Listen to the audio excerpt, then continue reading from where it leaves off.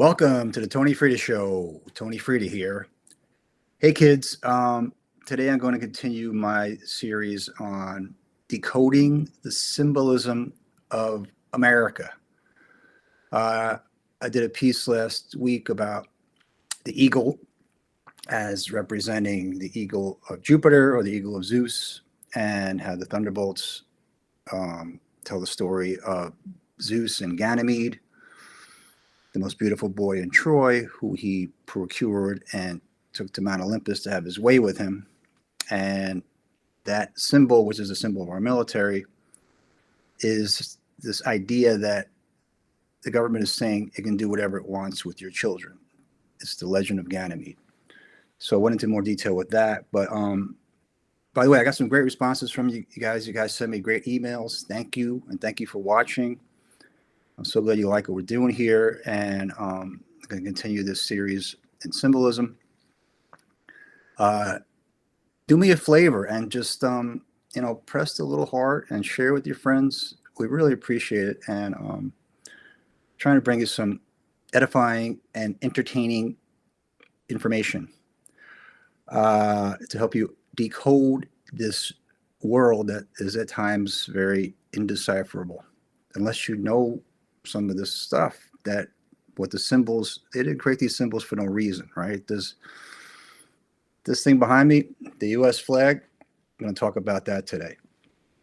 So there are these alchemical and occultist concepts, go back thousands of years. One of them is called in Latin salve et coagula. That means salve means to dissolve, to break down, and coagula means to recombine, right? So the symbolic representation of that is this polarity, conflict, the alchemical process of salve et coagula. It's the dissolution and the recombination of opposing forces. Now, this is what these stripes represent: salve, coagula, salve, coagula, salve, coagula, salve, coagula, and it ends on coagula. The red also represents blood and I think war, but as a manufactured disorder. So this is idea that you have to create something in order, you have to first have disorder, right? You have to disorganize it to reorganize it the way you want it to be. So there's 13 stripes. The 13th tarot card is the card of death and transformation. I think that's very interesting. So the white also symbolizes purity. The red symbolizes blood, chaos, so disorder. And the stripes lead into the stars, this blue field, right? Blue is a symbol of the law, right? Cops wear blue, the men in blue, and order and governmental control. The stars represent the heavens, God. And notice they're not disorganized or chaotic the way the stars in the sky are. They are perfectly ordered. So it's order out of chaos. The ultimate goal is to create order out of chaos and to create this unifying field by managing this polarity of order and chaos, as it represents through, this is us, the people, and this is the leadership and their perfect system that they believe they've created. It's an archetypal process, more than a national anthem that's being symbolically represented here. The stars represent perfectly ordered illumination of divine principles. And the entire flag can be read as a symbolic movement from multiplicity and tension toward unity and order. Order out of chaos is the word of the day. Word of the day. Actually, I do have a word of the day. This is a good word. I'm going to do a word of the day every week now. So the word of the day today is egregious. Egregious. E-G-R-E-G-U-R-E. Egregious is collectively energized symbol that accumulates emotional power through repetition and ritual, right? The flag, we pledge allegiance to the flag. You put your hand on your heart. All the rituals associated with the flag, and it's something that is really ingrained, deeply ingrained in us through ritual and through repetition. So the stripes represent polarity, these alternating stripes again. And think about polarity this way. What else is polarized, right? Action and rest, male, female, life and death, spirit and matter. And life requires that tension. So this is the tension of life, and this is the ordered heavenly principles where this is the government becoming God. This represents the government acting as a God. So the state is God. The state replaces God. So that's my interpretation through this esoteric study of symbolism and the occult that I think really kind of puts it in a different perspective, right? I know you got to forget everything they taught you in history class, right? The 13 colonies and all that. They always have a deeper meaning, or could have more than one meaning.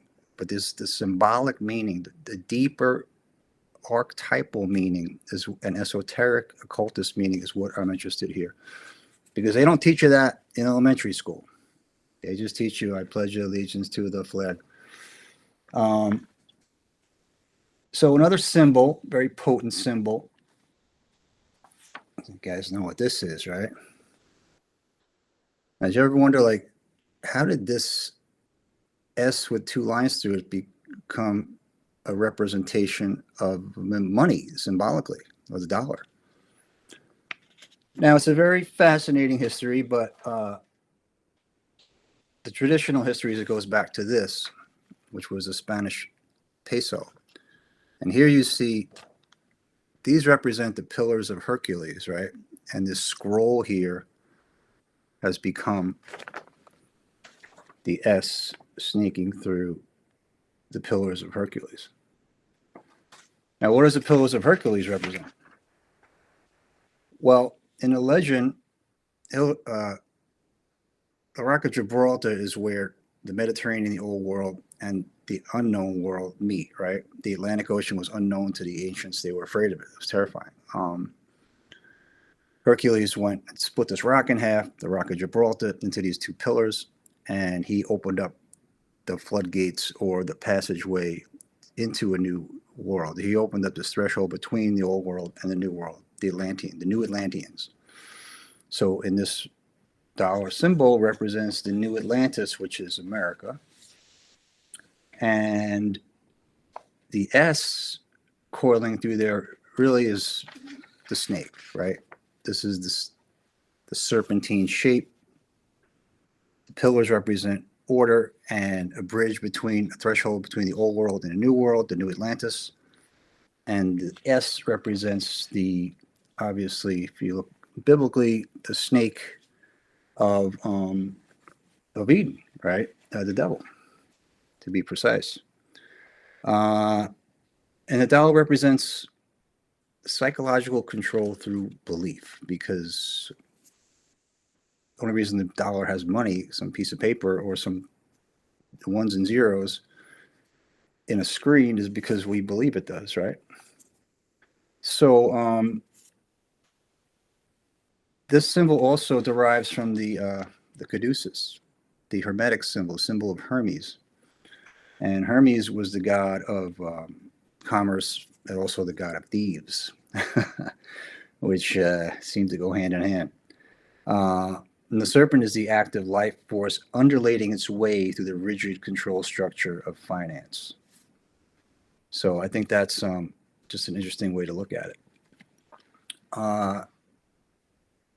So it's just fascinating to me to study these symbols and study derivation of them, the etymology of the words and the symbols and the imagery that we just take for granted, right? Like, why is this money? There's a reason for it, and these symbols are not randomly chosen, right? They didn't just, oh, I'll pick a purple square or a blue rectangle. Like, there's reasons, it's like a stop sign. A stop sign is shape of control. It's red because it's the color of blood. It's not like, oh, we'll pick a blue circle or a red hexagon. It was chosen for a very specific reason because those shapes and colors have meaning attached to them. Another symbol of control. So I want to segue from, since we're talking about symbols of America, this is a fascinating one to me, and you guys have all probably seen it many times. Maybe you're curious about it. So this is the you watched the Odyssey recently. The sirens are a feature in that ancient story. This is the original logo of Starbucks, and they kind of morphed it into. They keep kind of simplifying it. This is the current incarnation of it. But what it is at its heart, what it was originally intended to be, if you look at this guy or this creature, is the two-finned or two-tailed siren. And obviously her fins are spread in a very suggestive way, so she represents, and she's bare-breasted, and she's wearing a crown. These things all have very, very specific meaning symbolically and mythologically. This is obviously, a seductress. A siren's a seductress. That's the whole myth, right? That they would seduce these sailors to their death. So this is about a symbol of consumer seduction in a sexual way, because you got to think about advertising.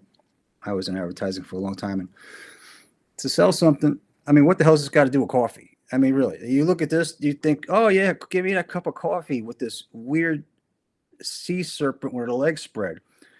No, this has nothing to do with coffee.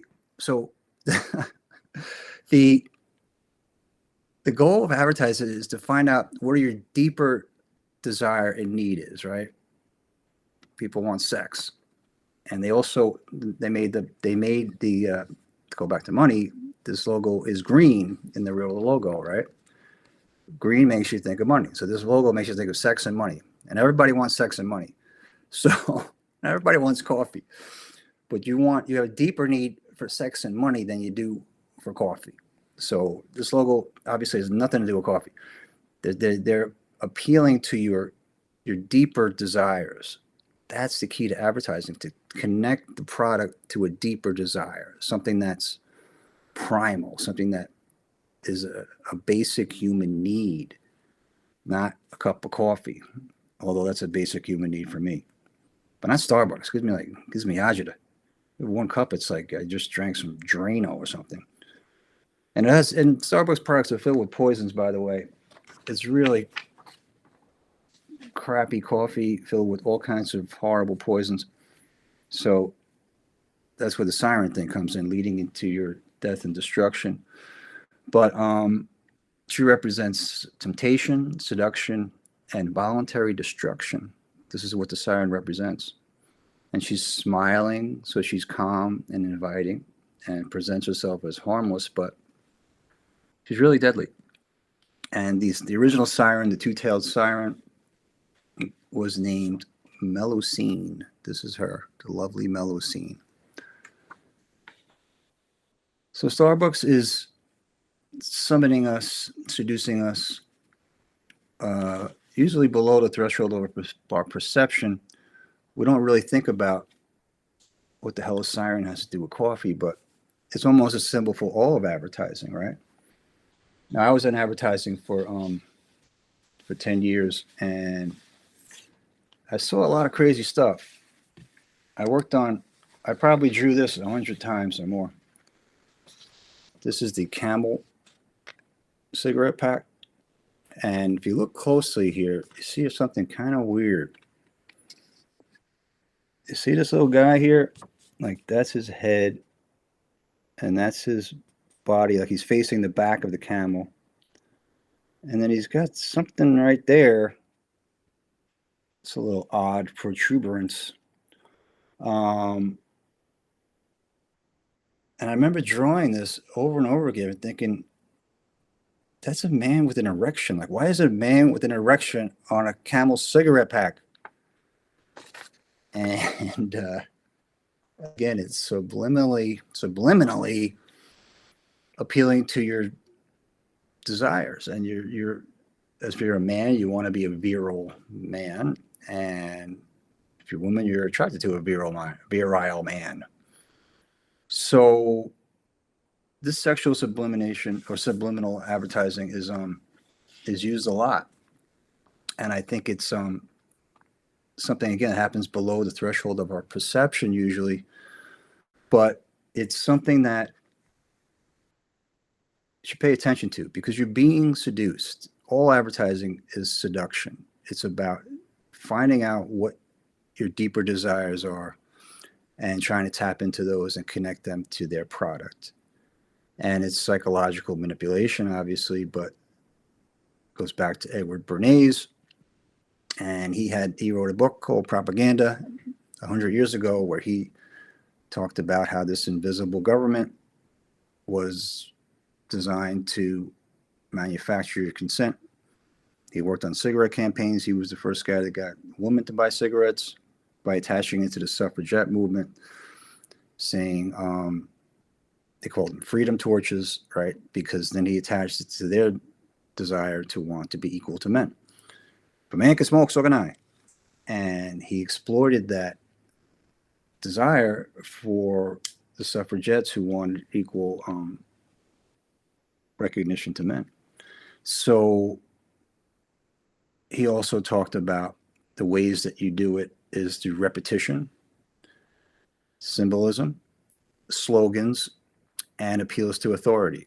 So he would always have some authority figure, like a doctor, saying 4 out of 5 doctors smoke Camel, right? It must be good. The doctors smoke this stuff.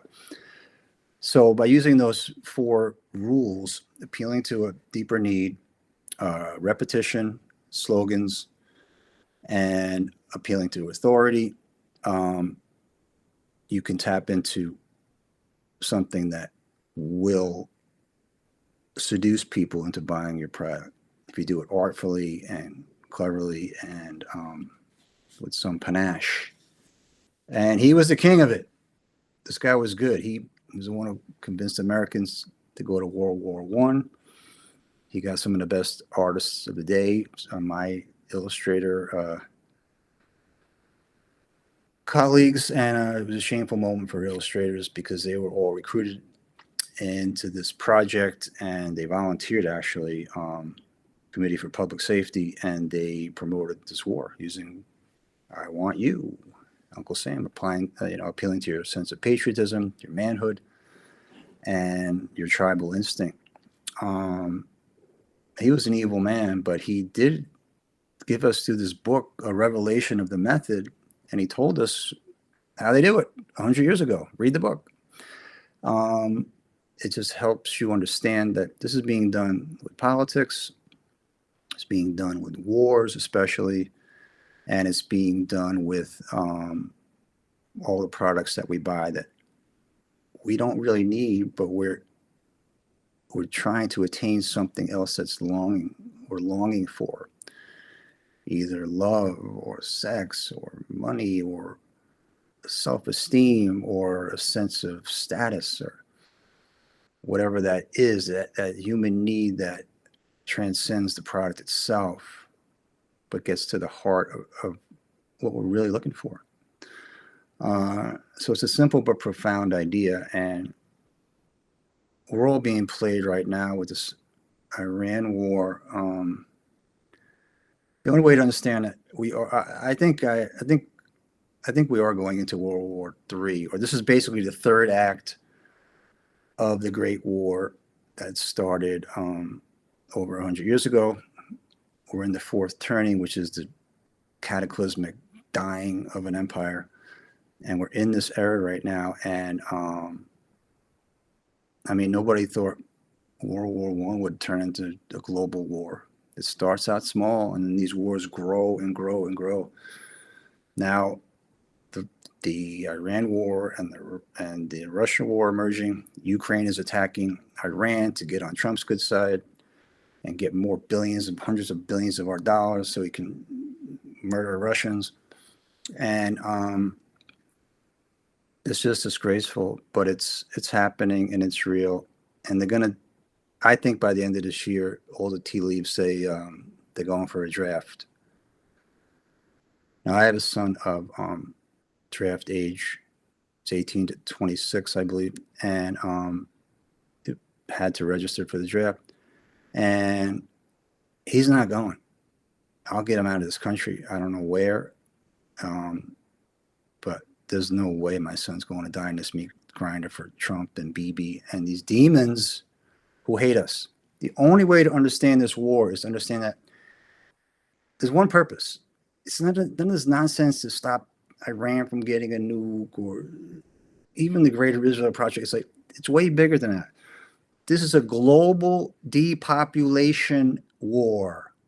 This is about unaliving as many of us human beings, us non-essential, useless eaters, they call us, as they can. That's why they're cutting off the Strait of Hormuz. This is where all the fertilizer in the world comes through. It's going to cause mass famine, mass starvation. They're shutting down all the farms in Europe and the Netherlands and all these places that produce food for the world because they say it's cow farts are hurting the earth. You know, it's madness. And they're putting up these idiotic windmills by the tens of thousands all over Europe. And I mean, the Dutch stopped using windmills 400 years ago because they don't work. They don't produce enough energy to make the thing viable. They're heavily subsidized. If they weren't subsidized by hundreds of billions of dollars of government subsidies, they would not pay for themselves, much less pay for the energy that they're supposedly going to be producing. So they blew up the Nord Stream pipeline to cut off natural gas to Europe, and they put up these stupid windmills as some sort of, I mean, cruel joke. I don't even know. It's so ridiculous when you look at the reality of these things. The ROI is just not there. So we're in a lot of trouble. And I think I talked about this last time. Just get prepared, get mentally prepared. Don't believe one word.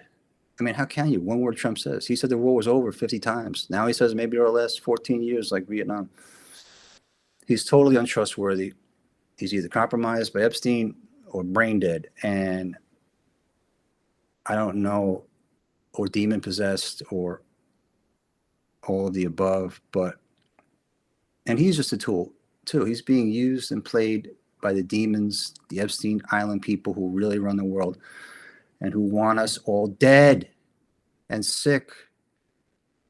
They infected 7 billion of us with those clot shots that are murdering people all over the planet as we speak. They're dropping like flies. Their immune system is permanently compromised.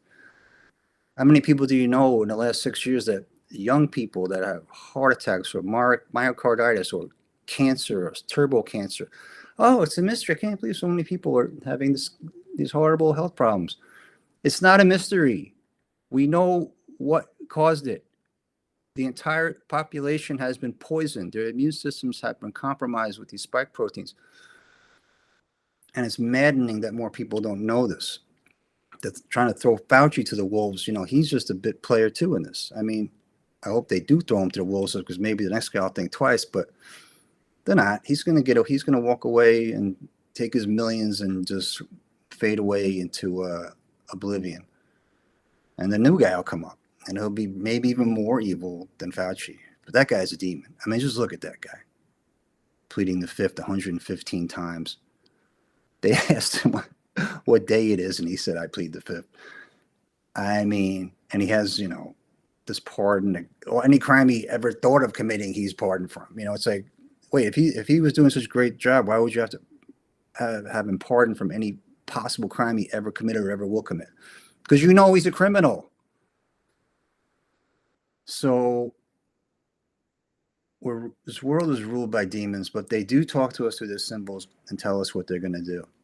So I want you to, in the future, think about some of the symbolism I talked about today, and re-examine things like this guy right here. And I know a lot of brave men died for this flag, and I have enormous respect for them, but they don't have respect for you. The people who manufacture these wars, you're nothing to them. You're cannon fodder. Matter of fact, if they institute the draft, it's because they want to kill as many good, strong, patriotic young men as they can. That's the goal of the draft, to get rid of these people who are willing to die for the flag and replace them with people who hate it. That's the real goal here. Once you see it through that lens, that this war, if anything, this war doesn't make sense to you, just remember, if I was going to have a war and try to depopulate the earth with as many mass human casualties as I could, what would I do? Then it all makes sense. Starve them, give them a shot. That was like the first salvo in this war. This is all one ongoing war against humanity. The clot shot was just like kind of a beta test. I think what's coming is a false flag, EMP, probably knock out the power or shut off the internet, and we'll be totally at their mercy. So that's what I do. I try to reverse engineer. If I was a Epstein Island demon and wanted to kill everybody, what would I do? And that's what I do. Shut off the internet and blame it on Iran, or blame it on China, or blame it on Russia, or blame it on aliens, or doesn't matter. And then to get back on the internet, you have to go to approved websites that only the government approves. There'll be no more Substack. That'll be long gone. You can forget about us trying to tell the truth and trying to edify people and expose these lies and crimes. We will be dinosaurs. They might just come and arrest us all after that, once they take us all down and say we're terrorists.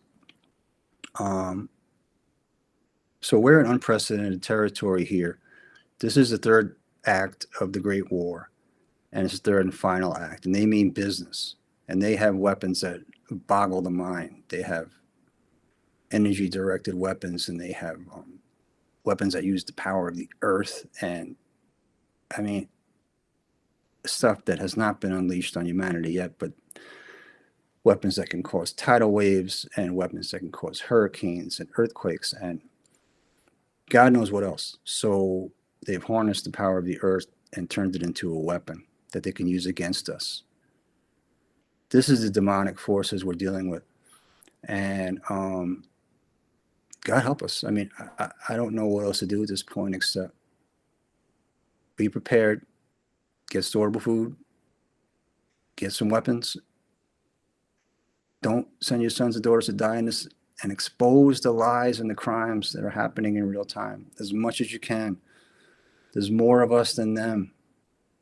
We cannot let them win. This is a spiritual battle for the soul of humanity. They want to crush the soul of humanity. They want to crush free will. They openly say it. They want to destroy free will and turn our brains into something they could hack into and have complete control over. They want to give us this illusion of free will, when every decision we make will be pre-programmed and understood and anticipated, and they'll be betting on and making fortunes on the moves that they already know we're going to make in any given situation. Total information awareness. So I know it's not a lot of laughs, but this is where we're at. And again, I hope to God I'm wrong, but I'm right about a lot of stuff, and a lot of stuff that I wish I was wrong about. And I hope to God I'm wrong about this, but I think we're on the precipice of a massive depopulation war, and it's just getting started. So buckle your seatbelts, pray to God, get on your knees, get right with God, get right with yourself, listen to your better angels, and I'm praying for you. Thank you.